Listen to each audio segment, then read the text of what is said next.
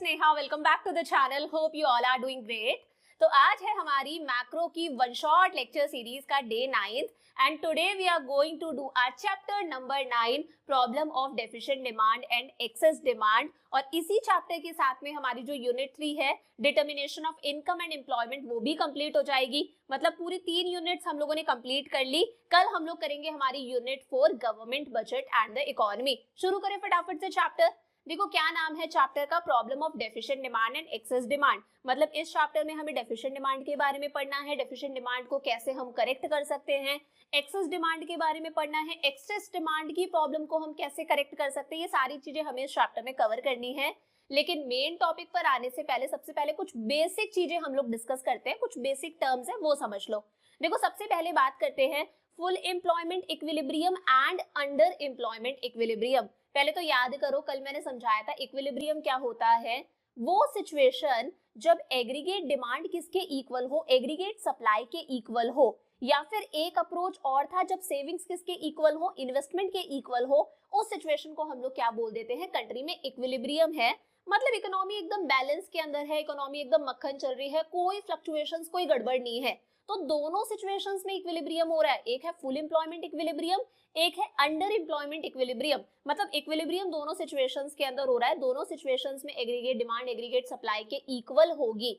Full employment equilibrium क्या होता है, एक ऐसी सिचुएशन जब एग्रीगेट डिमांड एग्रीगेट सप्लाई के इक्वल हो। एग्रीगेट डिमांड मतलब जितने भी बायर्स हैं वो टोटल कितना एक्सपेंडिचर करने वाले हैं आने वाले अकाउंटिंग ईयर के अंदर अंदर उन गुड्स और सर्विसेज पर जो हमारी कंट्री में प्रोड्यूस होंगे। और एग्रीगेट सप्लाई का मतलब है आने वाले अकाउंटिंग ईयर के अंदर अंदर हमारी कंट्री में जितने भी प्रोड्यूसर्स हैं वो टोटल कितना प्रोडक्शन करेंगे, कितनी सप्लाई करेंगे। तो जब एडीएएस के इक्वल हो, और हम बोल सकते हैं जब सेविंग्स भी इन्वेस्टमेंट के इक्वल हो, उस सिचुएशन पर कंट्री के अंदर इक्विलिब्रियम हो रहा है। फुल एम्प्लॉयमेंट इक्विलिब्रियम का मतलब है एडीएएस के इक्वल होना चाहिए, साथ में कंट्री के अंदर जितने भी लोग हैं, जो लोग काम करना चाहते हैं, मार्केट में जो भी पैसा मिल रहा है उस पर वो लोग काम करने को तैयार हैं, उन सब लोगों को काम मिल भी रहा है, कोई भी बंदा अनएम्प्लॉयड नहीं है, बेरोजगार नहीं है। इसे बोला जाता है फुल एम्प्लॉयमेंट इक्विलिब्रियम। यानी कि हमारे जो ह्यूमन रिसोर्सेज है उनका क्या हो रहा है, फुलर यूटिलाइजेशन हो रहा है, कोई एक्सेस कैपेसिटी नहीं है। 10,000 करोड़ लोग ऐसे हैं जो काम करना चाहते हैं और उन्हें जो भी मार्केट में पैसा मिल रहा है उस पर वो काम करने को तैयार हैं, और उन लोगों को काम मिल भी रहा है। एकदम हैप्पी सिचुएशन है, कोई बेरोजगारी नहीं है, कोई एक्सेस कैपेसिटी नहीं बची, सारे के सारे ह्यूमन रिसोर्सेज का प्रॉपर यूटिलाइजेशन हो रहा है। इसे हम क्या बोलते हैं, फुल एम्प्लॉयमेंट इक्विलिब्रियम। समझ में आ गया। एक होता है अंडर एम्प्लॉयमेंट इक्विलिब्रियम, नाम से ही समझ में आ रहा है। इक्विलिब्रियम तो हो रहा है, एएस और एडी एक दूसरे के इक्वल हैं, सेविंग्स और इन्वेस्टमेंट भी एक दूसरे के इक्वल हैं। लेकिन इस सिचुएशन में कंट्री में कुछ लोग ऐसे हैं जो काम करना चाहते हैं, मार्केट में जो भी पैसा मिल रहा है उस पर वो लोग काम करने को तैयार हैं, स्टिल उन लोगों को काम नहीं मिल रहा। यानी कि कंट्री के अंदर क्या है, अनएम्प्लॉयमेंट है, बेरोजगारी है। हमारे जो ह्यूमन रिसोर्सेज है उनका प्रॉपर यूटिलाइजेशन नहीं हो पा रहा। स्टिल 2000 करोड़ लोग कंट्री में ऐसे हैं जो काम करना चाहते हैं, बट उन लोगों को काम नहीं मिल रहा। कंट्री में क्या है, एक्सेस कैपेसिटी है, अगर ये लोग भी काम करेंगे तो शायद प्रोडक्शन और इंक्रीज हो सकता है। हमारे ह्यूमन रिसोर्सेज का प्रॉपर यूटिलाइजेशन नहीं हो रहा, इसे हम लोग बोलते हैं अंडर एम्प्लॉयमेंट इक्विलिब्रियम। समझ में आ गया। इक्विलिब्रियम दोनों सिचुएशंस में हो रहा है, एडीएस दोनों सिचुएशंस में इक्वल हैं। ऊपर वाली सिचुएशन में सारे के सारे लोग एम्प्लॉयड हैं, कोई बेरोजगार नहीं है। नीचे वाली सिचुएशन के अंदर अभी भी कुछ लोग ऐसे हैं जो अनएम्प्लॉयड हैं, जिन्हें काम नहीं मिल रहा। करेक्ट है, पहला कॉन्सेप्ट क्लियर हो गया। फिर बात करते हैं voluntary unemployment and involuntary unemployment. अब देखो वॉलेंटरी का मतलब होता है जब हम कोई चीज जानबूझ कर करते हैं, दैट इज वॉलेंटरी, और जब कोई चीज हमारे हाथ में नहीं होती उसे हम बोलते हैं इनवॉलेंटरी। तो वॉलेंटरी अनएम्प्लॉयमेंट का मतलब है जब कोई पर्सन जानबूझकर अनएम्प्लॉयड है, बेरोजगार है, कोई पर्सन अपनी इच्छा से काम नहीं करना चाहता, या फिर मार्केट में उसे जो पैसा मिल रहा है वो उस वेज रेट पर काम करने को तैयार नहीं है। फॉर एग्जाम्पल बहुत सारी पढ़ी लिखी हाउसवाइफ्स हैं जो अपनी इच्छा से अनएम्प्लॉयड हैं, या फिर बहुत सारे लोग ऐसे हैं जो एमबीए करके बैठे हैं, सीए करके बैठे हैं, इंजीनियरिंग वगैरह करके बैठे हैं, बट मार्केट में जो उन्हें पैसा मिल रहा है, जो सैलरी मिल रही है, उस पर वो लोग काम करने को तैयार नहीं है। तो ये लोग अपनी इच्छा से अनएम्प्लॉयड हैं, बेरोजगार हैं, इसे हम बोलते हैं वॉलेंटरी अनएम्प्लॉयमेंट। वहीं इनवॉलेंटरी अनएम्प्लॉयमेंट का मतलब है सिचुएशन हमारे हाथ में नहीं है, बंदा काम करना चाहता है, काम करने के लायक है, मार्केट में जो भी वेज रेट, जो भी पैसा मिल रहा है वो उस पर काम करने को तैयार भी है, स्टिल अगर उस बंदे को काम नहीं मिल रहा है, इस सिचुएशन को हम बोलते हैं इनवॉलेंटरी अनएम्प्लॉयमेंट। और जब भी हम एक्चुअली में अनएम्प्लॉयमेंट की बात करते हैं, बेरोजगारी की बात करते हैं, उसमें हम कभी भी वॉलेंटरी अनएम्प्लॉयमेंट को नहीं लेते, उसमें हम सिर्फ किसे कंसिडर करते हैं, इनवॉलेंटरी अनएम्प्लॉयमेंट को कंसिडर करते हैं, क्योंकि ऊपर वाले अपनी इच्छा से अनएम्प्लॉयड है, हाउसवाइफ अपनी इच्छा से अनएम्प्लॉयड है, तो उन्हें हम कभी भी अनएम्प्लॉयड नहीं बोलेंगे। समझ में आ गया सेकंड कॉन्सेप्ट भी। थर्ड कॉन्सेप्ट आता है फुल एम्प्लॉयमेंट और एक होता है नेचुरल अनएम्प्लॉयमेंट। देखो फुल एम्प्लॉयमेंट का मतलब है कंट्री में जितने भी लोग, जो लोग काम करना चाहते हैं, काम करने के लायक है, मार्केट में जो भी वेज रेट मिल रही है वो उस पर काम करने को एग्री है और उन सब लोगों को काम मिल रहा है, कंट्री में कोई भी अनएम्प्लॉयड नहीं है, इस सिचुएशन को बोला जाता है फुल एम्प्लॉयमेंट। हैप्पी सिचुएशन है, बल्ले बल्ले वाली कंडीशन है। लेकिन एक होता है नेचुरल अनएम्प्लॉयमेंट। देखो जब मैं फुल एम्प्लॉयमेंट की बात करती हूँ कि कंट्री के अंदर सारे के सारे लोग एम्प्लॉयड हैं, इसका मतलब ये नहीं है कि कंट्री के अंदर जीरो अनएम्प्लॉयमेंट है, कंट्री के अंदर एक भी बंदा अनएम्प्लॉयड नहीं है, इसका मतलब ये नहीं है। आप प्रैक्टिकली सोच के देखो, मैंने कहा कंट्री के अंदर सारे के सारे लोग फुली एम्प्लॉयड हैं, क्या इसका मतलब ऐसा है कि कंट्री में एक दो तीन चार लोग भी ऐसे नहीं होंगे जो अनएम्प्लॉयड होंगे? प्रैक्टिकली ऐसा पॉसिबल है? हमेशा कंट्री में कुछ लोग, कुछ परसेंटेज ऑफ लोग अनएम्प्लॉयड होते ही हैं और इसी को हम लोग बोलते हैं नेचुरल अनएम्प्लॉयमेंट। इतना नेचुरल अनएम्प्लॉयमेंट हमें हर कंट्री में देखने को मिलता है, हर इकोनॉमी में देखने को मिलता है और उसके पीछे के रीजंस क्या हैं? एक होता है फ्रिक्शनल अनएम्प्लॉयमेंट और एक होता है स्ट्रक्चरल अनएम्प्लॉयमेंट। देखो फ्रिक्शनल अनएम्प्लॉयमेंट का मतलब है, कई बार ऐसा होता है कि कोई पर्सन अपनी जॉब स्विच कर रहा है, किसी दूसरी जगह पर काम करता था, अब वो जॉब स्विच कर रहा है, नई जॉब ढूंढ रहा है, तो नई जॉब मिलने में हो सकता है 1 महीना लग जाए, हो सकता है 6 मंथ्स लग जाए, हो सकता है 1 ईयर लग जाए, हो सकता है 10 डेज में उसे नई जॉब मिल जाए। तो इतने टाइम के लिए तो बंदा अनएम्प्लॉयड है ना, इस अनएम्प्लॉयमेंट को बोला जाता है फ्रिक्शनल अनएम्प्लॉयमेंट। क्या बोलते हैं? Frictional unemployment. कई बार रॉ मटेरियल की शॉर्टेज है, कई बार पावर सप्लाई प्रॉपर नहीं है, तभी भी बंदा काम नहीं कर पा रहा, प्रोडक्शन प्रोसेस में कंट्रीब्यूट नहीं कर पा रहा, this is known as frictional unemployment. ये क्या है? नेचुरल अनएम्प्लॉयमेंट है जो हर कंट्री में देखने को मिलता है। इसका मतलब ये नहीं है कि कंट्री में फुल एम्प्लॉयमेंट नहीं है, फुल एम्प्लॉयमेंट की सिचुएशन में भी हमें थोड़ा बहुत फ्रिक्शनल अनएम्प्लॉयमेंट देखने मिलता है। एक होता है स्ट्रक्चरल अनएम्प्लॉयमेंट। स्ट्रक्चरल अनएम्प्लॉयमेंट भी हमें फुल एम्प्लॉयमेंट की सिचुएशन में देखने को मिलता है। फॉर एग्जाम्पल, आप कोई प्रोडक्ट बना रहे थे, एकदम से कस्टमर्स का टेस्ट चेंज हो गया, कस्टमर्स की डिमांड बदल गई, तो कहीं ना कहीं आपके प्रोडक्ट की डिमांड कम हो गई, कुछ टाइम के लिए आप अनएम्प्लॉयड हो जाओगे। हो सकता है हमारी जो लेबर है उसे पुरानी टेक्नोलॉजी आती थी, पुराना लैपटॉप, पुरानी टेक्नोलॉजी, पुरानी मशीनरी चलाने आती थी, अब मार्केट में नई मशीनरी आ गई है, नया मेथड ऑफ प्रोडक्शन आ गया है, तो हमें कुछ टाइम हमारी लेबर को ट्रेनिंग देनी पड़ेगी, उन्हें काम सिखाना पड़ेगा, उस वक्त के लिए हमारी लेबर अनएम्प्लॉयड है, इसे बोला जाता है स्ट्रक्चरल अनएम्प्लॉयमेंट। ये भी एक नेचुरल अनएम्प्लॉयमेंट है जो हर कंट्री में देखने को मिलता है, फुल एम्प्लॉयमेंट की सिचुएशन में भी। समझ में आ गई? सारी टर्म्स क्लियर है? अब हम आ जाते हैं मेन टॉपिक पर। क्या क्या सिचुएशन है? Problem of deficient demand and excess demand. तो सबसे पहले हम डेफिशिएंट डिमांड की बात करेंगे, फिर हम लोग एक्सेस डिमांड की बात करेंगे। देखो डेफिशिएंट डिमांड का मतलब होता है, मैंने कहा कंट्री में इक्विलिब्रियम कब होता है? जब एडी और एएस दोनों क्या हो? इक्वल हो। एक ऐसी सिचुएशन जब एग्रीगेट सप्लाई तो इतनी है, प्रोड्यूसर्स इतना प्रोडक्शन करना चाहते हैं, लेकिन डिमांड कम आ रही है, बायर्स इतना ही डिमांड करना चाहते हैं, जब एडीएएस से कम होता है, उस सिचुएशन को हम लोग क्या बोल देते हैं? Deficient demand. कि डिमांड की क्या है? कमी है। समझ में आया? मैंने कहा प्रोड्यूसर्स इतनी एग्रीगेट सप्लाई, इतना प्रोडक्शन कर सकते हैं जब कंट्री के अंदर क्या होगा? फुल एम्प्लॉयमेंट होगा, यानी कि जितनी भी लेबर है, जब हम प्रॉपर्ली हमारी लेबर को यूटिलाइज कर रहे हैं, कोई भी बंदा अनएम्प्लॉयड नहीं है, उस सिचुएशन में कंट्री में इतनी एग्रीगेट सप्लाई होती है, 500 यूनिट्स मान लो प्रोड्यूस होती है, लेकिन एग्रीगेट डिमांड सिर्फ इतनी ही आई, इस सिचुएशन को हम लोग क्या बोल देते हैं? Deficient demand. AD is deficient when it is lower than what is required for the fuller utilization of resources। हमें ये चाहिए था कि ये एग्रीगेट डिमांड होनी चाहिए थी एग्रीगेट सप्लाई के इक्वल, तब रिसोर्सेज का क्या हो रहा था? फुलर यूटिलाइजेशन, सारे के सारे ह्यूमन रिसोर्सेज का प्रॉपर यूटिलाइजेशन। लेकिन जब AD कम आ जाए, इसे हम क्या बोल देते हैं? Deficient demand. समझ में आ गया? कर्व पर किस तरह से दिखाओगे? एक्स एक्सिस पर हम हमेशा हमारी इनकम दिखाते हैं, इनकम को ही हम GDP बोलते हैं और इनकम को ही हम एग्रीगेट सप्लाई भी बोलते हैं।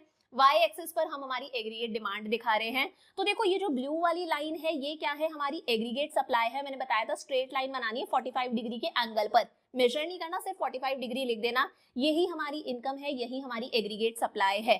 कायदे से एग्रीगेट डिमांड येलो वाली होनी चाहिए थी, एग्रीगेट डिमांड येलो वाली होनी चाहिए थी।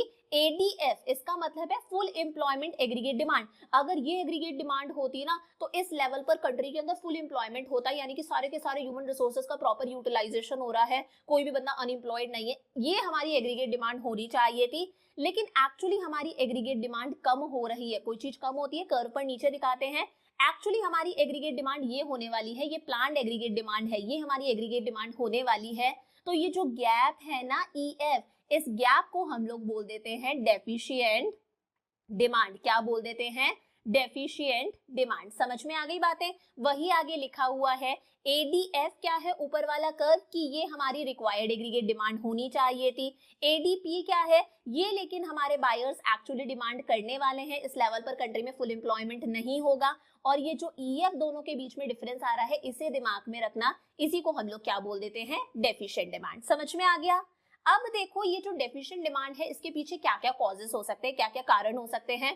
तो याद करो, थ्योरेटिकली एग्रीगेट डिमांड के 4 कंपोनेंट्स होते हैं, मैंने पढ़ाया भी था। कौन कौन से, C plus I plus G plus X minus M, यही 4 कंपोनेंट्स होते हैं। याद आ गया। मैं इसे ओपन भी कर सकती हूँ, ब्रैकेट को ओपन करूंगी तो C plus I plus G plus X plus minus minus, ये माइनस का M हो जाएगा। अब देखो C का मतलब होता है प्राइवेट फाइनल कंजम्पशन एक्सपेंडिचर, याद है। I का मतलब होता है प्राइवेट इन्वेस्टमेंट एक्सपेंडिचर, G का मतलब है गवर्नमेंट एक्सपेंडिचर, X का मतलब होता है एक्सपोर्ट्स और M का मतलब होता है इंपोर्ट्स। मैंने कहा एग्रीगेट डिमांड क्या है, डेफिशिएंट है, एग्रीगेट डिमांड कम हो रही है। तो उसके पीछे क्या रीजन हो सकते हैं, हो सकता है प्राइवेट कंजम्पशन एक्सपेंडिचर कम हो, नंबर 1 रीजन। हो सकता है प्राइवेट इन्वेस्टमेंट एक्सपेंडिचर कम हो सकता है गवर्नमेंट एक्सपेंडिचर कम हो सकता है हमारे एक्सपोर्ट्स कम हो, और यहाँ पर इंपोर्ट्स के आगे माइनस का साइन लग रहा है तो इसके साथ में उल्टा होगा, हो सकता है हमारे इंपोर्ट्स ज्यादा हो। अगर हम इंपोर्टेड गुड्स और सर्विसेज की डिमांड कर रहे हैं, इसका मतलब हम डोमेस्टिकली प्रोड्यूस गुड्स और सर्विसेज की डिमांड कम कर रहे हैं, हमारा एडी गिरेगा। तो 5 रीजन हो गए, decrease in private consumption expenditure, decrease in investment expenditure, decrease in government expenditure, decrease in exports and increase in imports. 5 तो ये रीजन हो गए। और एक और होता है 6th हमारा, इंक्रीज इन टैक्सेस। अगर गवर्नमेंट टैक्सेस इंक्रीज कर देगी तो ऑब्वियसली बात है हम सारा पैसा टैक्स में दे देंगे, हमारे हाथ में डिस्पोजेबल इनकम कम बचेगी, हाथ में पैसा कम बचेगा तो हम कंजम्पशन भी कम करेंगे, अपने आप हमारी एग्रीगेट डिमांड क्या हो जाएगी, कम हो जाएगी। समझ में आ गए। वही लिखा है decrease in private consumption expenditure C, decrease in private investment expenditure I, decrease in government expenditure G, decrease in exports, हमारे एक्सपोर्ट्स कम है, एंड इंक्रीज इन इंपोर्ट्स। और लास्ट है, अगर गवर्नमेंट टैक्स रेट्स को इंक्रीज कर देगी तो हमारे हाथ में खर्च करने के लिए डिस्पोजेबल इनकम कम बचेगी, मतलब हमारा कंजम्पशन एक्सपेंडिचर कम होगा। कंजम्पशन एक्सपेंडिचर कम होगा तो ऑब्वियसली बात है एडी कैसे निकलता है, C plus I plus G plus X minus M, हमारा एडी अगेन कम होगा। These are the reasons of deficient demand. समझ में आ गया। अब देखो ये तो समझ में आ गया कौन कौन से रीजंस हैं। ये समझो कि डेफिशिएंट डिमांड का हमारी इकोनॉमी पर क्या इफेक्ट पड़ता है। इसे हम कॉन्सिक्वेंसेस भी बोल सकते हैं, इसे हम ये भी बोल सकते हैं impact of deficient aggregate demand, या फिर हम बोल सकते हैं इसका हमारी इकोनॉमी पर क्या रिजल्ट पड़ रहा है। तो इसकी वजह से 4 सिचुएशंस होती हैं। एक होता है अंडर एम्प्लॉयमेंट इक्विलिब्रियम, एक कंट्री में हमें देखने को मिलता है डिफ्लेशनरी गैप, एक प्रोड्यूसर के पास में अनडिजायर्ड स्टॉक रह जाता है, कहीं ना कहीं प्रोड्यूसर के प्रॉफिट्स कम होने लगते हैं, लॉस ऑफ प्रॉफिट्स। याद कर लो, under employment equilibrium, deflationary gap, undesired stock और लॉस ऑफ प्रॉफिट्स। नंबर 1 है अंडर एम्प्लॉयमेंट इक्विलिब्रियम। इस बात का मतलब क्या है, देखो मैंने कहा ये हमारी एग्रीगेट सप्लाई है, पीछे वाला ही कर्व है, ये हमारी एग्रीगेट डिमांड होनी चाहिए थी जब कंट्री में सारे के सारे रिसोर्सेज, ह्यूमन रिसोर्सेज का फुलर यूटिलाइजेशन हो, कोई अनएम्प्लॉयड ना हो। लेकिन एक्चुअली में प्लान्ड एग्रीगेट डिमांड हमारी ये आ रही है, हमारे कस्टमर्स ये डिमांड करने वाले हैं। तो ये जो EF होता है इसे हम लोग क्या बोलते हैं, डेफिशिएंट डिमांड। देखो कायदे से हमें इक्विलिब्रियम यहाँ होता, E पॉइंट पर होता, देखा जाए तो कि हमारी एग्रीगेट सप्लाई और एग्रीगेट डिमांड इस पॉइंट पर इक्वल होती, इस पॉइंट पर हमें इक्विलिब्रियम होता। लेकिन अभी हमें इक्विलिब्रियम कहाँ हो रहा है, ये हमारी एग्रीगेट सप्लाई है, ये हमारी प्लान्ड एग्रीगेट डिमांड है। अभी हमें इक्विलिब्रियम क्यों पॉइंट पर हो रहा है, समझ में आया। मतलब इक्विलिब्रियम वाला पॉइंट पीछे चले गया, इसे हम क्या बोलते हैं, अंडर एम्प्लॉयमेंट इक्विलिब्रियम। इस लेवल पर हमारे जो ह्यूमन रिसोर्सेज है उनका प्रॉपर यूटिलाइजेशन नहीं हो रहा, अभी भी बहुत सारी लेबर क्या है, अनएम्प्लॉयड है। पहली चीज समझ में आ गई। दूसरा क्या है, अगर आप इस पॉइंट के हिसाब से देखो तो पहले हमारा जीडीपी ये बनता, ओ से लेकर एल तक का, पहले हमारा इक्विलिब्रियम जीडीपी ये बनता कायदे से। लेकिन अगर आप इस पॉइंट के हिसाब से देखो, इसे मैं ओएम नाम दे देती हूँ, अभी हमारा इक्विलिब्रियम जीडीपी यानी कि इक्विलिब्रियम इनकम सिर्फ कितना है, ओएम है, यानी कि हमारी इक्विलिब्रियम इनकम, इक्विलिब्रियम जीडीपी भी क्या हो गया, कम हो गया। इसे हम बोलते हैं अंडर एम्प्लॉयमेंट इक्विलिब्रियम। समझ में आ गया। इसकी वजह से हमें कंट्री में क्या देखने को मिलता है, डिफ्लेशनरी गैप देखने को मिलता है। कर्व में कोई दिमाग नहीं लगाना है, ये जो डेफिशिएंट डिमांड होता है, इसी डेफिशिएंट डिमांड को हम डिफ्लेशनरी गैप भी बोलते हैं। क्या बोलते हैं, डिफ्लेशनरी गैप। क्या बोलते हैं, डिफ्लेशनरी गैप भी बोलते हैं। डिफ्लेशनरी गैप बोल लो, चाहे आप इसे बोल लो डेफिशिएंट डिमांड, एक ही बात है। समझ में आया। अब डिफ्लेशनरी गैप का मतलब क्या है, मैंने कहा एग्रीगेट सप्लाई प्रोड्यूसर्स इतनी करने वाले हैं, लेकिन डिमांड कम आ रही है, एग्रीगेट डिमांड इतनी ही आ रही है, तो प्रोड्यूसर का इतना सारा जो एक्स्ट्रा स्टॉक है वो पड़ा पड़ा खराब होगा, प्रोड्यूसर के पास में अनडिजायर्ड स्टॉक होगा। इस स्टॉक को क्लियर करने के लिए प्रोड्यूसर चीजों की प्राइसेस को गिराएगा कि लोग सस्ता देखकर खरीदे, और जब भी मार्केट में चीजों की प्राइसेस गिरती हैं उसे हम क्या बोलते हैं, डिफ्लेशन बोलते हैं। तो इसीलिए इसे हमने क्या बोला है, डिफ्लेशनरी गैप। समझ में आ गया, करेक्ट है। थर्ड चीज क्या होगी, अनडिजायर्ड स्टॉक, मैंने पीछे भी बता दिया। एग्रीगेट सप्लाई, ये प्रोड्यूसर सोच रहा है एग्रीगेट डिमांड कम आई है, तो प्रोड्यूसर के पास में इतना सारा क्या रह जाएगा, अनडिजायर्ड स्टॉक रह जाएगा। इस अनडिजायर्ड स्टॉक को क्लियर करने के लिए प्रोड्यूसर पहली बात तो क्या करेगा, चीजों की प्राइसेस गिराएगा ताकि सस्ता देखकर लोग खरीदे, और अगली बारी से प्रोड्यूसर जो है वो कम प्रोडक्शन प्लान करेगा कि यार डिमांड ही कम आती है तो मैं प्रोडक्शन भी कम करूंगा। समझ में आया। तो यहाँ पर हमें देश में क्या देखने को मिलता है, डिफ्लेशनरी स्पाइरल देखने मिलता है। और लास्ट है लॉस ऑफ प्रॉफिट्स। ऑब्वियस ही बात है, प्रोड्यूसर चीजों की प्राइसेस गिरा रहा है अपने अनवांटेड स्टॉक को क्लियर करने के लिए, तो अपने आप प्रोड्यूसर को जो प्रॉफिट हो रहा था वो प्रॉफिट नहीं हो पा रहा, कहीं ना कहीं उसके प्रॉफिट्स कम हो गए। किसी चीज को 100 में बेचता, अब उस चीज को 60 में ही बेच रहा है, तो कहीं ना कहीं 40 रुपीज से उसके प्रॉफिट्स कम हो गए ना। तो यहाँ पर प्रोड्यूसर को क्या देखने को मिल रहा है, लॉस ऑफ प्रॉफिट्स देखने को मिलता है। और यहाँ पर हमारी इकोनॉमी किस में फंस जाती है, लो लेवल इक्विलिब्रियम ट्रैप के अंदर, जो मैंने आपको यहाँ पे भी बताया था। कायदे से इक्विलिब्रियम का लेवल ये होना चाहिए था, लेकिन इक्विलिब्रियम हमें पहले ही हो रहा है जब रिसोर्सेज का क्या हो रहा है, अंडर यूटिलाइजेशन। तो इकोनॉमी हमारी फंस जाती है लो लेवल इक्विलिब्रियम ट्रैप के अंदर। करेक्ट है सारी बातें। फिर हमारे पास में आती है दूसरी सिचुएशन, एक्सेस डिमांड। ये आसानी से समझ में आ जाएगा। मैंने कहा एग्रीगेट सप्लाई प्रोड्यूसर्स इतनी करने वाले हैं, लेकिन एग्रीगेट डिमांड इतनी आने वाली है। इस सिचुएशन को हम क्या बोल देते हैं, एक्सेस डिमांड। डिमांड ज्यादा है, सप्लाई कम है। मैंने कहा इतनी एग्रीगेट सप्लाई होने वाली है जब सारे के सारे ह्यूमन रिसोर्सेज का क्या हो रहा है, फुल यूटिलाइजेशन हो रहा है। इसके अलावा हमारे पास में कोई पर्सन अनएम्प्लॉयड नहीं है, प्रोड्यूसर चाह के भी इससे ज्यादा सप्लाई नहीं कर सकता, क्योंकि मैंने आपको पहले भी समझाया था कल की जो शॉर्ट रन होता है उसके अंदर हमारे पास में एक तो लेबर होती है। लेबर कैसा फैक्टर होता है, वेरिएबल फैक्टर्स, हम इसे चेंज कर सकते हैं। लेकिन जो दूसरा फैक्टर है हमारी टेक्नोलॉजी, वो कैसा रहता है, कांस्टेंट रहता है, उसे हम बदल नहीं सकते। और सारी की सारी लेबर का क्या हो रहा है, फुल यूटिलाइजेशन हो रहा है। इसके अलावा हमारे पास में एम्प्लॉइज बचे ही नहीं है। तो प्रोड्यूसर चाहते हुए भी अगर डिमांड ज्यादा आ रही है तो वो अपने प्रोडक्शन को इंक्रीज नहीं कर सकता। इस सिचुएशन को हम बोलते हैं एक्सेस डिमांड। डिमांड ज्यादा है, सप्लाई कम है, हमारे पास में जितने भी रिसोर्सेज है उनका प्रॉपर यूटिलाइजेशन हो रहा है, कंट्री में कोई एक्सेस कैपेसिटी बची हुई नहीं है, प्रोड्यूसर जानकर भी अपना प्रोडक्शन इंक्रीज नहीं कर सकता। समझ में आया। अब देखो इसे कैसे शो करोगे, ध्यान से समझना। ये इनकम वाला है, वही 45 डिग्री के एंगल पर एक स्ट्रेट लाइन, ये हमारी एडी होनी चाहिए थी, एडीएफ। जब कंट्री में क्या होता, फुल एम्प्लॉयमेंट होता, ये हमारी एडी होनी चाहिए थी, मतलब हमारी एडी जो है वो इतनी होनी चाहिए थी, इतना एग्रीगेट डिमांड होना चाहिए था एग्रीगेट सप्लाई के इक्वल। समझ में आया, इतनी एग्रीगेट डिमांड होनी चाहिए थी जब कंट्री में सारे के सारे ह्यूमन रिसोर्सेज का क्या हो रहा था, फुल यूटिलाइजेशन। लेकिन मान लो एग्रीगेट डिमांड ज्यादा आने के चांसेस बन जाते हैं, कंज्यूमर्स ज्यादा परचेज करना चाहते हैं, तो ये जो गैप होता है, इस गैप को अब हम क्या बोल देते हैं, एक्सेस डिमांड। क्या बोल देते हैं, एक्सेस डिमांड। समझ में आ गया, बहुत अच्छे से समझना, इसे हम क्या बोलते हैं, एक्सेस डिमांड। करेक्ट हो गया। अब देखो वही लिखा है, एडीएफ क्या है कि ये एग्रीगेट डिमांड होनी चाहिए थी जब सारे ह्यूमन रिसोर्सेज का प्रॉपर यूटिलाइजेशन हो रहा है। एडीपी क्या है कि हमारी एग्रीगेट डिमांड ज्यादा आ गई है, इस सिचुएशन में हम जानकर भी प्रोडक्शन इंक्रीज नहीं कर सकते, सारे ह्यूमन रिसोर्सेज का प्रॉपर यूटिलाइजेशन हो रहा है। डिफरेंस को हम लोग क्या बोल देते हैं, एक्सेस डिमांड। कॉजेस क्या क्या है, मैंने बताया एग्रीगेट डिमांड कैसे निकलता है, सी प्लस आई प्लस जी प्लस एक्स माइनस एन। अगर हम ब्रैकेट ओपन कर दे तो सी प्लस आई प्लस जी प्लस एक्स माइनस एन, ये हो जाएगा। एग्रीगेट डिमांड ज्यादा है, ज्यादा कब आएगी? हो सकता है प्राइवेट कंजम्पशन एक्सपेंडिचर ज्यादा हो सकता है प्राइवेट इन्वेस्टमेंट एक्सपेंडिचर ज्यादा हो सकता है गवर्नमेंट एक्सपेंडिचर ज्यादा हो सकता है हमारे एक्सपोर्ट्स ज्यादा हो, और माइनस के लिए उल्टा कर देते हैं, हो सकता है हमारे इंपोर्ट्स कम हो। 5 चीजें समझ में आ गई। और एक हो गया डिक्रीज इन टैक्सेस या फिर रिडक्शन इन टैक्सेस। अगर गवर्नमेंट टैक्सेस कम कर देगी, मतलब हमें सरकार को टैक्सेस कम देने पड़ रहे हैं, तो हमारे हाथ में पैसा ज्यादा बचेगा, हमारे पास में डिस्पोजेबल खर्च करने वाली इनकम ज्यादा बचेगी,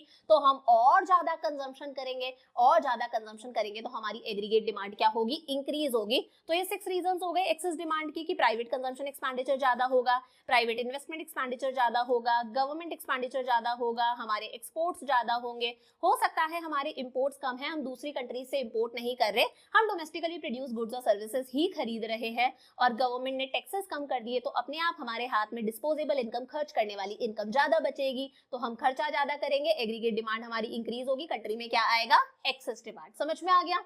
इसके भी कॉन्सिक्वेंसेस देख लेते हैं कि इसका हमारी इकोनॉमी पर क्या इंपैक्ट पड़ता है, क्या रिजल्ट पड़ता है।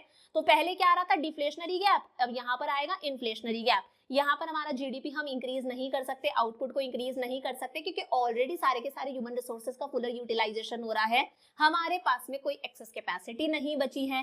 वेज प्राइस स्पाइरल, ये इंपॉर्टेंट है, अभी समझाऊंगी। और यहाँ पर भी कहीं ना कहीं जो प्रोड्यूसर के प्रॉफिट्स है वो कम होंगे, लॉस ऑफ प्रॉफिट होगा। नंबर 1 है इन्फ्लेशनरी गैप, बहुत आसानी से समझ में आ जाएगा। पहले वाले को डिफ्लेशनरी गैप बोला था, इसे इन्फ्लेशनरी गैप बोलेंगे। ये हमारी एग्रीगेट सप्लाई है 45 डिग्री पर, ये हमारी एग्रीगेट डिमांड होनी चाहिए थी, लेकिन एग्रीगेट डिमांड ज्यादा आ रही है, तो ये जो एक्सेस डिमांड होती है इसी को हम लोग क्या बोल देते हैं? Inflationary gap. क्या बोल देते हैं? Inflationary gap. डेफिशिएंट डिमांड को डिफ्लेशनरी गैप बोलते हैं, एक्सेस डिमांड को इन्फ्लेशनरी गैप बोलते हैं। रीजन बहुत ही सिंपल सा है, एग्रीगेट सप्लाई ये है, एग्रीगेट डिमांड इतनी होनी चाहिए थी, लेकिन एक्चुअली एग्रीगेट डिमांड ज्यादा आ जाती है, एक्सेस एग्रीगेट डिमांड है, तो कहीं ना कहीं प्रोड्यूसर इस एक्स्ट्रा डिमांड को फुलफिल नहीं कर पा रहा, और वो चाह कर भी अपने प्रोडक्शन को, एग्रीगेट सप्लाई को इंक्रीज नहीं कर पा रहा, क्योंकि इस लेवल पर कंट्री के अंदर सारे के सारे ह्यूमन रिसोर्सेज का फुलर यूटिलाइजेशन हो रहा था। अब कोई भी बंदा अनएम्प्लॉयड नहीं है, टेक्नोलॉजी कांस्टेंट है, उसे हम कुछ कर नहीं सकते, तो इस लेवल पर प्रोड्यूसर को चीजों की प्राइसेस को इंक्रीज करना पड़ेगा, ताकि हर कोई ना खरीदे। जब चीजों की प्राइसेस इंक्रीज होती हैं तो अपने आप एग्रीगेट डिमांड कम होने लगती है ना, कोई चीज महंगी होती है तो हम लोग डिमांड कम कर देते हैं, जो अफोर्ड कर सकता है वो ही खरीदता है। जब चीजों की प्राइसेस इंक्रीज होती हैं उसे हम महंगाई बोलते हैं, इन्फ्लेशन बोलते हैं, इसीलिए इसे हम लोगों ने नाम दे दिया इन्फ्लेशनरी गैप। समझ में आ गया? सेकेंड है स्टैटिक जीडीपी। स्टैटिक मतलब जीडीपी को हम इंक्रीज नहीं कर सकते, आउटपुट को हम इंक्रीज नहीं कर सकते। मैंने कहा ये एग्रीगेट सप्लाई है, एग्रीगेट डिमांड ज्यादा आ रही है, प्रोड्यूसर जानकर भी अपनी एग्रीगेट सप्लाई को इंक्रीज नहीं कर सकता ना, ह्यूमन रिसोर्सेज का फुलर यूटिलाइजेशन हो चुका है, कोई भी बंदा अनएम्प्लॉयड नहीं है, हमारे पास में कोई एक्सेस कैपेसिटी बची हुई नहीं है, तो हमारा जीडीपी यहाँ कैसा रहता है? स्टैटिक रहता है। देखो पहले भी हमारा इक्विलिब्रियम यहाँ हो रहा था, तो पहले भी हमारा जीडीपी यही था ओ से लेकर एल तक, और अभी भी हमारा जीडीपी ओ से लेकर एल तक ही रहेगा, हम चाह कर भी हमारे जीडीपी को इंक्रीज नहीं कर सकते। डिफ्लेशनरी गैप वाली सिचुएशन में हमारा जीडीपी कम हो गया था, याद है ना, क्योंकि वहां पे क्या था, ये एग्रीगेट सप्लाई थी, एग्रीगेट डिमांड कम आ रही थी, तो प्रोड्यूसर ने अपने प्रोडक्शन को कम कर दिया था, वहां पर जीडीपी कम हो गया था। लेकिन यहाँ पर प्रोड्यूसर जानकर भी प्रोडक्शन बढ़ा नहीं सकता, हमारा जीडीपी सेम रहेगा, स्टैटिक जीडीपी रहेगा। और जब मैं स्टैटिक जीडीपी की बात करती हूँ ना, कि जीडीपी हमारा कांस्टेंट रहेगा, सेम रहेगा, तो मैं रियल जीडीपी की बात कर रही हूँ बालकों, ये हमेशा ध्यान रखना, इंपॉर्टेंट बात है। मैं यहाँ पर नॉमिनल जीडीपी की बात नहीं कर रही। अब इन दोनों में क्या डिफरेंस है, मैंने पहले भी बता रखा है। नॉमिनल जीडीपी भी हम कैसे निकालते हैं? क्वांटिटी को प्राइस से मल्टीप्लाई करके, और प्राइस हम करंट ईयर की लेते हैं। लेकिन रियल जीडीपी हम कैसे निकालते हैं? जीडीपी को प्राइस से मल्टीप्लाई करके, लेकिन प्राइस हम यहाँ पर कांस्टेंट रखते हैं, कांस्टेंट प्राइस रखते हैं। प्राइस सेम है, रियल जीडीपी सिर्फ तभी इंक्रीज होगा जब एक्चुअली में क्वांटिटी इंक्रीज हो, लेकिन नॉमिनल जीडीपी तो अपने आप इंक्रीज हो जाएगा अगर महंगाई आ गई तो। मैंने कहा पहले भी प्रोडक्शन 100 यूनिट्स हो रहा था, अभी प्रोडक्शन 100 यूनिट्स हो रहा है। पहले प्राइस 10 थी तो कितना आ रहा था? 1000 आ रहा था नॉमिनल जीडीपी। अब प्राइस 20 हो गई तो नॉमिनल जीडीपी कितना आ रहा है? 2000 आ रहा है। तो देखो क्वांटिटी सेम है, प्राइसेस के इंक्रीज होने की वजह से नॉमिनल जीडीपी इंक्रीज हो गया ना, तो हम नॉमिनल जीडीपी की बात नहीं कर रहे, हम रियल जीडीपी की बात कर रहे हैं। रियल जीडीपी में प्राइसेस कांस्टेंट रहती है, रियल जीडीपी सिर्फ तभी इंक्रीज होता है जब एक्चुअली क्वांटिटी इंक्रीज हो। समझ में आया? तो यहाँ पर रियल जीडीपी हमारा कैसा रहता है? स्टैटिक रहता है। वेज प्राइस स्पाइरल हमें देश में देखने को मिलेगा, इंपॉर्टेंट बात है। देखो मैंने कहा ये एग्रीगेट सप्लाई है, एग्रीगेट डिमांड हमारी ज्यादा आ रही है, इस सिचुएशन में प्रोड्यूसर इस डिमांड को फुलफिल नहीं कर सकता है, एक्सेस डिमांड को, तो वो चीजों की प्राइसेस इंक्रीज करेगा, कंट्री में क्या आएगी, महंगाई आएगी, देश में आएगा इन्फ्लेशन। अब बहुत ध्यान से समझना, अगर देश में इन्फ्लेशन आएगा तो जो प्रोड्यूसर की लेबर काम कर रही है कहीं ना कहीं उन्हें भी वो इन्फ्लेशन सफर करना पड़ेगा, लेबर के लिए भी हर चीज महंगी होगी या नहीं होगी, होगी लेबर के लिए हर चीज महंगी, तो लेबर बोलेगी साहब हमारी वेजेस, हमारी तनख्वाह, हमारी सैलरी बढ़ाओ, वेजेस बढ़ेंगी मतलब प्रोड्यूसर की क्या हो रही है, जो कॉस्ट ऑफ प्रोडक्शन आ रही है वो कॉस्ट ऑफ प्रोडक्शन क्या हो रही है, इंक्रीज हो रही है। अब अगर किसी चीज को बनाने की कॉस्ट ही ज्यादा आ रही है तो प्रोड्यूसर उस चीज को अगेन महंगे में बेचेगा, चीजों की प्राइसेस इंक्रीज होंगी, अगेन चीजों की प्राइसेस इंक्रीज होगी, लेबर बोलेगी महंगाई है साहब हमारी वेजेस बढ़ाओ, अगेन वेजेस बढ़ेंगी, वेजेस बढ़ेंगी तो दोबारा कॉस्ट ऑफ प्रोडक्शन बढ़ेगी, कॉस्ट ऑफ प्रोडक्शन बढ़ेगी तो अपने आप चीजों की प्राइसेस इंक्रीज होने लगेंगी। तो ये वेज और प्राइस वाला स्पाइरल जो सर्कल है वो ऐसे ही चलता रहता है। एक्सेस डिमांड की वजह से हमारी जो एग्जिस्टिंग रिसोर्सेज है, हमारी लेबर पर प्रेशर बढ़ता है, लेबर बोलता है हमारी वेजेस बढ़ाओ, वेजेस बढ़ेंगी यानी कि कॉस्ट ऑफ प्रोडक्शन बढ़ेगी, प्रोड्यूसर प्राइसेस इंक्रीज करेगा, अपने आप फिर दोबारा लेबर की कॉस्ट ऑफ लिविंग बढ़ेगी, लेबर बोलेगी हमारी वेजेस इंक्रीज करो, ये सर्कल ऐसे ही देश में चलता रहता है। और लास्ट है लॉस ऑफ प्रॉफिट्स। मैंने कहा ये एग्रीगेट सप्लाई है, एग्रीगेट डिमांड ज्यादा आ गई है, प्रोड्यूसर इस डिमांड को चाहकर भी फुलफिल नहीं कर सकता। सोचो अगर वो इस डिमांड को फुलफिल कर देता तो प्रोड्यूसर के प्रॉफिट्स इंक्रीज होते या नहीं होते, कौन नहीं चाहता यार ज्यादा डिमांड आए, हर कोई चाहता है ज्यादा डिमांड आए, ज्यादा प्रॉफिट कमाए, लेकिन प्रोड्यूसर बेचारा इस प्रॉफिट को गवा बैठा है। अब पैसे का ना आना भी तो पैसे के जाने के बराबर है। आपको लग रहा था यार कहीं से 500 रुपए आएंगे, आज तो बुआ जी आइए 500 रुपए देकर जाएगी, मन में खुशी थी, बुआ जी 500 रुपए देकर नहीं गई तो मन में दुख होगा ना, हालांकि वो पैसा आपका नहीं था बट आपने सोच रखा था 500 रुपए आएंगे लेकिन 500 रुपए नहीं आए तो मन में दुख हुआ ना। तो पैसे का ना आना भी तो पैसे के जाने के बराबर है। तो कहीं ना कहीं इस अमाउंट से जो प्रोड्यूसर के प्रॉफिट्स हैं वो खत्म हो चुके हैं, उसे लॉस ऑफ प्रॉफिट सफर करना पड़ रहा है। समझ में आ गया, क्लियर है सारी चीजें। अब देखो इन्फ्लेशनरी गैप और डिफ्लेशनरी गैप दोनों में क्या डिफरेंस है। जब कंट्री में डेफिशिएंट डिमांड की सिचुएशन थी तब हम लोगों ने डिफ्लेशनरी गैप पढ़ा था। यहाँ पर क्या हो रहा था, यहाँ पर एग्रीगेट डिमांड कम थी, एग्रीगेट सप्लाई ज्यादा थी, यही था deficiency of aggregate demand from the level required to maintain full employment equilibrium in the economy. जब एग्रीगेट डिमांड कम होती है तो डिफ्लेशनरी गैप आता है, जब एग्रीगेट डिमांड एग्रीगेट सप्लाई से ज्यादा होती है, जो अभी अभी पढ़ा कंट्री में क्या आता है, इन्फ्लेशनरी गैप। इन्फ्लेशनरी गैप में एडीएएस से ज्यादा होता है, डिफ्लेशनरी गैप में एग्रीगेट डिमांड एग्रीगेट सप्लाई से कम होती है। अगर कंट्री में डिफ्लेशनरी गैप आता है तो हम लोगों ने क्या देखा था, लेवल ऑफ आउटपुट गिर रहा था। मैंने समझाया था ना कि इक्विलिब्रियम जीडीपी, इक्विलिब्रियम इनकम हमारा कम हो गया था, लेकिन यहाँ पर अभी अभी आपको मैंने बताया है कि यहाँ पर हमारा लेवल ऑफ आउटपुट इंक्रीज नहीं होगा, यहाँ पर हमारा रियल जीडीपी कैसा रहेगा, स्टैटिक रहेगा, हम चाह कर भी हमारे आउटपुट को इंक्रीज नहीं कर सकते। यहाँ पर कंट्री के अंदर अनएम्प्लॉयमेंट देखने को मिला था हम लोगों ने कि भाई अगर हमारी ये एग्रीगेट सप्लाई थी, एग्रीगेट डिमांड कम आ रही थी तो अगली बारी से प्रोड्यूसर प्रोडक्शन कम करेगा, प्रोडक्शन कम करेगा मतलब कम लेबर की रिक्वायरमेंट होगी, कंट्री में अनएम्प्लॉयमेंट आएगा। लेकिन यहाँ पर कोई अनएम्प्लॉयमेंट नहीं है। वहां पर हम लोगों ने देखा था हमारी इकोनॉमी किस में फंस चुकी थी, लो लेवल इक्विलिब्रियम ट्रैप में फंस चुकी थी। यहाँ पर हम लोगों ने देखा है कि हमारा रियल जीडीपी जो है वो स्टैटिक है, कांस्टेंट है, वेज प्राइस स्पाइरल हमें देखने को मिलता है, ये सारी चीजें हमें देखने को मिलती है। कॉन्सिक्वेंसेस लिख देंगे, समझ में आ गया। आगे बात करते हैं, लास्ट टॉपिक है ये जो डेफिशिएंट डिमांड और एक्सेस डिमांड की प्रॉब्लम है। दोनों ही प्रॉब्लम्स किसी भी कंट्री के लिए अच्छी नहीं होती। इकोनॉमी मस्त कब चलती है, जब एएस और एडी दोनों क्या हो, इक्वल हो। तो इन प्रॉब्लम्स को हम कैसे करेक्ट कर सकते हैं, दो मेजर्स हमारे पास में है, एक होते हैं फिस्कल मेजर्स, दूसरे होते हैं मॉनेटरी मेजर्स। देखो जो फिस्कल मेजर्स वाला काम है वो पूरा काम किसका होता है, गवर्नमेंट का, हमारी सरकार का। मॉनेटरी मेजर्स वाला काम होता है हमारे सेंट्रल बैंक का, यानी कि हमारे सारे के सारे कमर्शियल बैंक्स के पापा का, आरबीआई का, रिजर्व बैंक ऑफ इंडिया का। फिस्कल पॉलिसी के अंदर गवर्नमेंट क्या करती है, अपने एक्सपेंडिचर और अपने रिसीट्स, गवर्नमेंट का जो खर्चा है, गवर्नमेंट की जो इनकम है उसमें छेड़छाड़ करती है। समझ में आया, गवर्नमेंट अपने रेवेन्यू और अपने एक्सपेंडिचर के अंदर छेड़छाड़ करके कंट्री के अंदर बैलेंस बना के चलती है। एडी एक्सेस डिमांड और डेफिशिएंट डिमांड की प्रॉब्लम को सॉल्व करती है। और यहाँ पर आरबीआई क्या करता है, कंट्री के अंदर मनी की सप्लाई को कंट्रोल करता है, जो हम लोगों ने बैंकिंग वाले चैप्टर के अंदर पढ़ाता है ना कि मनी की सप्लाई को आरबीआई किस तरह से कंट्रोल करता है, रेपो रेट, वो सारी चीजें एज इट इज आएंगी। इसमें चार चीजें हैं, government expenditure, taxes, public debt और बोरोइंग्स फ्रॉम आरबीआई। इसमें है bank rate, repo rate, reverse repo rate, CRR, SLR, open market operations, margin required, moral pressure, credit rationing. One by one देख लेते हैं। सबसे पहले फिस्कल मेजर्स की बात करते हैं।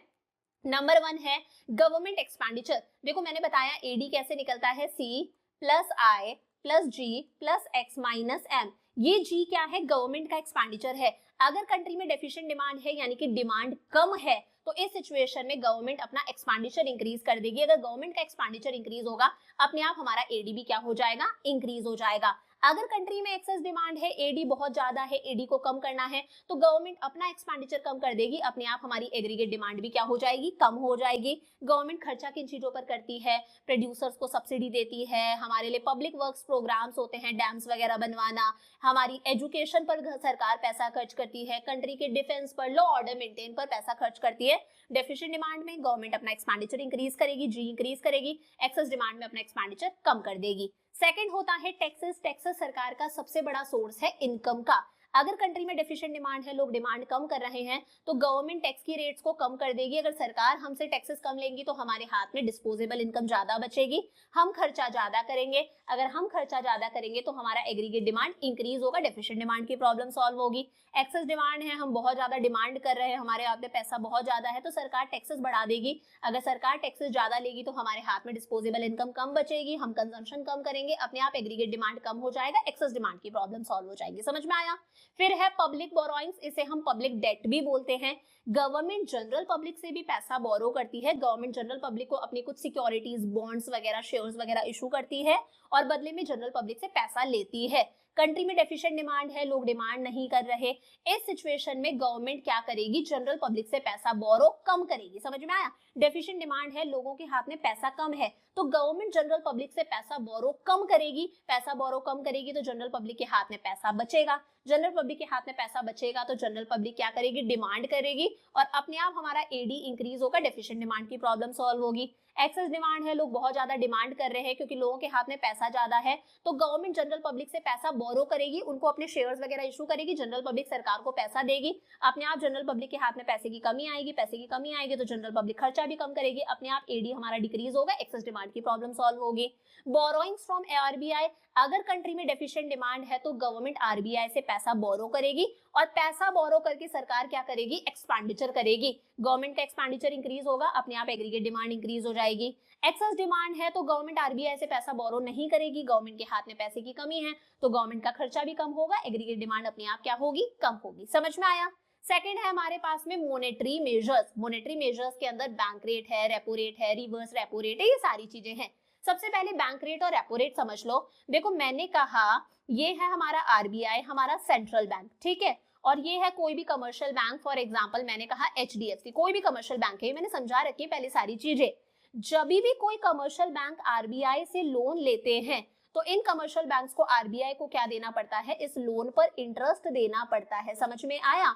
और इस इंटरेस्ट की रेट को बोला जाता है बैंक रेट या फिर रेपो रेट। क्या बोलते हैं? बैंक रेट या फिर रेपो रेट। अब अगर कमर्शियल बैंक्स आरबीआई से लोन ले रहे हैं लॉन्ग पीरियड के लिए तो वो जो इंटरेस्ट पे करते हैं उसे हम बैंक रेट बोलते हैं। अगर कमर्शियल बैंक्स आरबीआई से लोन ले रहे हैं शॉर्ट पीरियड के लिए तो वो जो इंटरेस्ट पे करते हैं उसे हम लोग बोल देते हैं रेपो रेट। अब क्या होगा? मैंने कहा कंट्री के अंदर कौन सी सिचुएशन है, ये दोनों समझा रही हूँ, बैंक रेट और रेपो रेट। कंट्री के अंदर डेफिशिएंट डिमांड की सिचुएशन है। डेफिशिएंट डिमांड मतलब लोग डिमांड कम कर रहे हैं। क्यों? क्योंकि लोगों के हाथ में पैसा कम है, मनी सप्लाई कम है। इस सिचुएशन में आरबीआई क्या करेगा? इस सिचुएशन में आरबीआई इस इंटरेस्ट की रेट को कम कर देगा, ठीक है। अब अगर आरबीआई इंटरेस्ट की रेट को कम कर देगा तो ये एचडीएफसी खुश होगा कि यार आरबीआई से लोन लेने पर हमें कम इंटरेस्ट देना पड़ रहा है। इस सिचुएशन में एचडीएफसी आरबीआई से और ज्यादा लोन लेगा। मतलब एचडीएफसी के हाथ में क्या आ रहा है? पैसा आ रहा है। अगर एचडीएफसी के हाथ में पैसा ज्यादा है तो एचडीएफसी आम जनता को भी लोन ज्यादा देगा। आम जनता के हाथ में पैसा आएगा, जो आम जनता के हाथ में मनी सप्लाई कम थी वो मनी सप्लाई इंक्रीज होने लगेगी। अपने आप आम जनता कंजम्पशन करेगी, खर्चा करेगी, हमारी एग्रीगेट डिमांड इंक्रीज होगी, डेफिशिएंट डिमांड की प्रॉब्लम सॉल्व हो जाएगी। समझ में आया? मान लो मैंने कहा कंट्री के अंदर एक्सेस डिमांड की सिचुएशन है। क्यों है एक्सेस डिमांड की सिचुएशन? क्योंकि लोगों के हाथ में मनी सप्लाई ज्यादा है, लोग डिमांड ज्यादा कर रहे हैं, पैसा खर्च ज्यादा कर रहे हैं। इस सिचुएशन में आरबीआई इंटरेस्ट की रेट को इंक्रीज कर देगा कि कमर्शियल बैंक्स आरबीआई से अगर पैसा बोरो कर रहे हैं तो उन्हें बहुत ज्यादा इंटरेस्ट देना पड़ता है। ऐसे में कमर्शियल बैंक्स गुस्सा हो जाएंगे, गुस्सा मतलब वो सोचेंगे यार आरबीआई से पैसा कम बोरो करेंगे, बहुत ज्यादा इंटरेस्ट देना पड़ता है। या फिर ये समझ लो अगर कमर्शियल बैंक्स आरबीआई को खुद अगर इंटरेस्ट ज्यादा दे रहे हैं तो कमर्शियल बैंक्स लोन किसे देते हैं, जनरल पब्लिक को, ये हम लोगों से ज्यादा इंटरेस्ट चार्ज करने लग जाएंगे। ये खुद आरबीआई को इंटरेस्ट ज्यादा दे रहा है तो हमसे भी तो इंटरेस्ट ज्यादा लेगा, हमसे इंटरेस्ट ज्यादा लेगा तो कहीं ना कहीं आम जनता इजीली लोन नहीं लेगी, आम जनता लोन नहीं लेगी तो आम जनता के हाथ में पैसे की कमी आएगी, पैसे की कमी आएगी, खर्चा कम होगा, अपने आप एग्रीगेट डिमांड कम हो जाएगी, एक्सेस डिमांड की सिचुएशन सॉल्व हो जाएगी। समझ में आ गया? तो बैंक रेट और रेपो रेट दोनों में सेम है। डेफिशिएंट डिमांड की सिचुएशन में आरबीआई बैंक रेट और रेपो रेट को कम कर देता है ताकि लोगों के हाथ में पैसा आए, लोग डिमांड करें। एक्सेस डिमांड की सिचुएशन में आरबीआई बैंक रेट और रेपो रेट को इंक्रीज कर देता है ताकि लोगों के हाथ में पैसा कम रहे और लोग डिमांड कम करें, एक्सेस डिमांड की प्रॉब्लम सॉल्व हो। थर्ड होता है रिवर्स रेपो रेट। देखो रिवर्स रेपो रेट का मतलब है, ये भी यहीं पर समझा देती हूँ, इसे इरेज कर देते हैं। देखो रिवर्स रेपो रेट का मतलब है ये आरबीआई है, पहले वाले का तो उल्टा होता है लेकिन चीज सेम होती है। ये हमारा कमर्शियल बैंक है एचडीएफसी जो जनरल पब्लिक के साथ में डील करता है। पहले वाले में एचडीएफसी आरबीआई से पैसा बोरो कर रहा था। कई बार ऐसा भी होता है कि कमर्शियल बैंक्स आरबीआई के पास में अपना पैसा डिपॉजिट करवाते हैं। क्या करवाते हैं? पैसा डिपॉजिट करवाते हैं। और इस सिचुएशन में उल्टा आरबीआई एचडीएफसी को क्या देगा? इंटरेस्ट देगा। हम भी अगर बैंक्स में हमारा पैसा डिपॉजिट करवाते हैं तो हमें इंटरेस्ट मिलता है ना, वैसे एचडीएफसी को भी इंटरेस्ट मिलेगा। और यहाँ पर जो इंटरेस्ट मिलता है इस इंटरेस्ट की रेट को बोला जाता है रिवर्स रेपो रेट। क्या बोलते हैं? Reverse repo rate. मैंने कहा कंट्री के अंदर कैसी सिचुएशन है? डेफिशिएंट डिमांड की सिचुएशन है, लोग डिमांड कम कर रहे हैं क्योंकि लोगों के हाथ में मनी सप्लाई कम है, पैसा कम है, हमें इसे इंक्रीज करना है। इस सिचुएशन में आरबीआई इस इंटरेस्ट की रेट को कम कर देता है। पहले वाली ही चीज हुई है, कम कर देता है। ऐसे में एचडीएफसी सोचेगा मैं आरबीआई के पास में पैसा डिपॉजिट करवा रहा हूँ, मुझे इंटरेस्ट कम मिल रहा है तो मैं आरबीआई के पास में पैसा जमा क्यों करवाऊं? वो आरबीआई के पास में पैसा जमा कम करवाएगा और अपने पास में पैसा ज्यादा रखेगा। एचडीएफसी के हाथ में अगर पैसा ज्यादा होगा तो एचडीएफसी जनरल पब्लिक को भी लोन के तौर पर पैसा ज्यादा दे सकता है। जनरल पब्लिक के हाथ में पैसा आएगा, जनरल पब्लिक डिमांड करने लगेगी, खर्चे बढ़ेंगे, अपने आप एग्रीगेट डिमांड इंक्रीज होगी, डेफिशिएंट डिमांड की प्रॉब्लम सॉल्व होगी। कंट्री में मैंने कहा एक्सेस डिमांड की प्रॉब्लम है, लोगों के हाथ में पैसा ज्यादा है, लोग डिमांड ज्यादा कर रहे हैं, मनी सप्लाई ज्यादा है। ऐसे में आरबीआई इस इंटरेस्ट रेट को क्या कर देता है? इंक्रीज कर देता है। अब एचडीएफसी सोचेगा आरबीआई के पास में पैसा जमा करा रहे हैं, बहुत सारा इंटरेस्ट मिल रहा है, बल्ले बल्ले वाली सिचुएशन है, वो आरबीआई के पास में और पैसा डिपॉजिट करवाएगा। जितना पैसा आरबीआई के पास में डिपॉजिट करवाएगा एचडीएफसी के हाथ में पैसे की कमी आएगी। एचडीएफसी जनरल पब्लिक को भी पैसा लोन पर कम देगा, पैसा लोन पर कम देगा, जनरल पब्लिक के हाथ में पैसा कम होगा, जनरल पब्लिक कंजम्पशन कम करेगी, एग्रीगेट डिमांड अपने आप कम हो जाएगी, एक्सेस डिमांड की प्रॉब्लम सॉल्व हो जाएगी। समझ में आ गया? वही लिखा है यहाँ पर, डेफिशिएंट डिमांड में रिवर्स रेपो रेट डिक्रीज होगी, एक्सेस डिमांड में रिवर्स रेपो रेट क्या हो जाएगी? इंक्रीज हो जाएगी। सीआरआर और एसएलआर क्या होता है? हर कमर्शियल बैंक को अपने डिपॉजिट्स का कुछ परसेंटेज कहां पर रखवाना पड़ता है? पापा के पास में रखवाना पड़ता है एज अ रिजर्व, इसे सीआरआर बोलते हैं। हर कमर्शियल बैंक को अपने डिपॉजिट्स का कुछ परसेंटेज खुद के पास में भी रखना पड़ता है एज अ रिजर्व और लिक्विड एसेट्स की फॉर्म में रखना पड़ता है, गोल्ड की फॉर्म में, सिक्योरिटीज की फॉर्म में, कैश की फॉर्म में। इसे बोलते हैं स्टैट्यूटरी लिक्विडिटी रेशियो। ऑब्वियस सी बात है, डेफिशिएंट डिमांड की सिचुएशन है तो ऐसे में आरबीआई बोलता है मेरे पास में भी रिजर्व कम रखवाओ, खुद के पास में भी रिजर्व कम रखो। वो सीआरआर और एसएलआर को कम कर देगा और बोलेगा जनरल पब्लिक को लोन के तौर पर पैसा ज्यादा दो ताकि जनरल पब्लिक के हाथ में पैसा आए, जनरल पब्लिक क्या करे? डिमांड करे। समझ में आया? वहीं अगर कंट्री के अंदर एक्सेस डिमांड की सिचुएशन है, लोगों के हाथ में बहुत पैसा है, लोग बहुत डिमांड कर रहे हैं, तो आरबीआई बोलता है मेरे पास में भी रिजर्व ज्यादा रखवाओ और क्या करोगे? खुद के पास में भी एसएलआर यानी कि रिजर्व ज्यादा रखो, जनरल पब्लिक को लोन पर पैसा कम दो, अपने आप जनरल पब्लिक के हाथ में पैसे की क्या आएगी? कमी आएगी, अपने आप जनरल पब्लिक एग्रीगेट डिमांड क्या करेगी? कम करेगी। समझ में आया? फिर है ओपन मार्केट ऑपरेशंस। जब आरबीआई गवर्नमेंट की सिक्योरिटीज को ओपन मार्केट में यानी कि जनरल पब्लिक को सेल करता है, गवर्नमेंट के बॉन्ड्स वगैरह को, या फिर जनरल पब्लिक से गवर्नमेंट के बॉन्ड्स वगैरह को परचेज करता है, जब आरबीआई गवर्नमेंट के बिहाफ पर गवर्नमेंट के जो बॉन्ड्स हैं, शेयर्स वगैरह है, उन्हें जनरल पब्लिक को सेल करता है या फिर उनसे परचेज करता है, इसे हम बोलते हैं open market operations. Deficient demand, लोगों के हाथ में पैसे की कमी है, लोग डिमांड कम कर रहे हैं, ऐसे में आरबीआई जनरल पब्लिक से सिक्योरिटीज परचेज करेगा। अगर आरबीआई जनरल पब्लिक से सिक्योरिटीज परचेज करेगा तो बदले में आरबीआई जनरल पब्लिक को पेमेंट करेगा, जनरल पब्लिक के हाथ में पैसा आएगा, जनरल पब्लिक डिमांड करेगी, डेफिशिएंट डिमांड की प्रॉब्लम सॉल्व। एक्सेस डिमांड में क्या होगा? आरबीआई क्या करेगा? गवर्नमेंट की सिक्योरिटीज को जनरल पब्लिक को सेल कर देगा। जनरल पब्लिक को सेल करेगा तो जनरल पब्लिक को पेमेंट करनी पड़ेगी आरबीआई को, जनरल पब्लिक के हाथ में पैसे की कमी आएगी, अपने आप एक्सेस डिमांड की प्रॉब्लम सॉल्व हो जाएगी। फिर है मार्जिन रिक्वायरमेंट। मान लो हम लोगों को लोन लेना है, लोन मुझे लेना है 10 लाख रुपए का, ठीक है भाई 10 लाख का लोन मिल जाएगा, लेकिन लोन लेने के लिए हमें कोई ना कोई सिक्योरिटी, कोई ना कोई असेट गिरवी रखवाना पड़ता है। मैंने कहा एसेट गिरवी रखवाना है 13 लाख रुपीस का। तो भाई जितने का असेट गिरवी रखवाना है, जितने का हमें लोन लेना है, दोनों के बीच में डिफरेंस कितने का है, 3 लाख का है ना। इस 3 लाख के अमाउंट को बोलते हैं मार्जिन रिक्वायरमेंट। जितने का आप लोन ले रहे हो, जितने की आप कोई चीज गिरवी, कोई कोलैटरल सिक्योरिटी रखवा रहे हो, दोनों के बीच का जो डिफरेंस है उसे हम बोलते हैं मार्जिन रिक्वायरमेंट। डेफिशिएंट डिमांड, लोगों के हाथ में पैसा कम है, लोग डिमांड कम कर रहे हैं, आरबीआई इस मार्जिन रिक्वायरमेंट को कम कर देगा। 10 लाख का लोन चाहिए, 11 लाख की सिक्योरिटी रखवा दो, कोई दिक्कत नहीं है। एक्सेस डिमांड की सिचुएशन में आरबीआई मार्जिन रिक्वायरमेंट को इंक्रीज कर देगा। 10 लाख का लोन चाहिए, 15 लाख की सिक्योरिटी रखवानी पड़ेगी। अब लोग हेजिटेट होंगे कि यार इतने से लोन के लिए 15 लाख की सिक्योरिटी रखवानी है, तो लोग लोन कम लेंगे, अपने आप लोगों के हाथ में पैसा कम होगा, लोग डिमांड कम करेंगे, एक्सेस डिमांड की प्रॉब्लम सॉल्व हो जाएगी। मॉरल प्रेशर, डेफिशिएंट डिमांड की सिचुएशन में आरबीआई मॉरली कमर्शियल बैंक्स को बोलता है कि लोगों को लोन देने में लिबरल हो जाओ, आराम से फ्री होके लोगों को लोन दो, लोगों को पैसों की जरूरत है। एक्सेस डिमांड की सिचुएशन में आरबीआई लोगों को बोलता है कि लोन देने में स्ट्रिक्ट हो जाओ, इजीली लोगों को लोन मत दो, क्योंकि लोगों के हाथ में पैसा ज्यादा है, लोग डिमांड कर करके इन्फ्लेशन बढ़ा रहे हैं, महंगाई बढ़ा रहे हैं। क्रेडिट राशनिंग, आरबीआई हर सेक्टर, एग्रीकल्चर, बिजनेस के लिए, सेकेंडरी सेक्टर, टर्शरी सेक्टर, हर सेक्टर के लिए लोन के लिए कोटा फिक्स करके रखता है। कमर्शियल बैंक्स को बोलता है कि आप इस पर्टिकुलर सेक्टर को इतने का ही लोन दे सकते हो। अगर डेफिशिएंट डिमांड है तो सारे रेस्ट्रिक्शंस को, क्रेडिट राशनिंग यानी कि सारे के सारे कोटाज और रेस्ट्रिक्शंस को हटा दिया जाता है, फ्री होके लोन दो।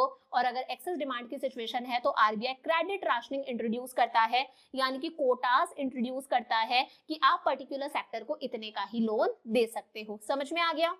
लास्ट है मॉनेटरी पॉलिसी और फिस्कल पॉलिसी, दोनों में डिफरेंसेस। मॉनेटरी पॉलिसी किसकी पॉलिसी होती है? पहली बात, कौन करता है इस पर काम? सेंट्रल बैंक, हमारा आरबीआई। और फिस्कल पॉलिसी पे काम करने का काम है सरकार का, गवर्नमेंट का। मॉनेटरी पॉलिसी के अंदर जो हमारा आरबीआई है वो मनी की सप्लाई को कंट्रोल करता है, अगर मनी सप्लाई ज्यादा है, कम है, उसे कंट्रोल करता है। फिस्कल पॉलिसी के अंदर गवर्नमेंट जो है वो अपने एक्सपेंडिचर और अपने रेवेन्यू, अपनी रिसीट्स को कंट्रोल करने की कोशिश करती है, उन्हें इंक्रीज या डिक्रीज करने की कोशिश करती है, गवर्नमेंट एक्सपेंडिचर, टैक्सेस वगैरह, उन सारी चीजों को। मॉनेटरी पॉलिसी में bank rate, repo rate, CRR, SLR, open market operations, reverse repo rate, ये सारी चीजें हम लोगों ने पढ़ी थी। फिस्कल पॉलिसी में 4 चीजें थी, गवर्नमेंट का खर्चा, टैक्सेस, पब्लिक डेट और बोरोइंग्स फ्रॉम आरबीआई। इसी के साथ में ये चैप्टर भी हमारा कंप्लीट होता है और पूरी यूनिट 3 हमारी कंप्लीट हो गई, determination of income and employment. और लेक्चर अच्छा लगा तो लाइक कर देना, अपने फ्रेंड्स के साथ में भी शेयर करना, क्योंकि ये ऐसा टाइम है, हर बच्चा बहुत ही कम टाइम के अंदर अपना पूरा कोर्स कंप्लीट करना चाहता है, तो सबका बेनिफिट होना चाहिए। तो मेक श्योर आप अपने सारे फ्रेंड्स के साथ में शेयर करो और कमेंट्स में मुझे जरूर बताना लेक्चर कैसा लगा। कल मिलते हैं, कल हम लोग करेंगे हमारी unit 4 government budget and the economy. Bye bye, love you a lot.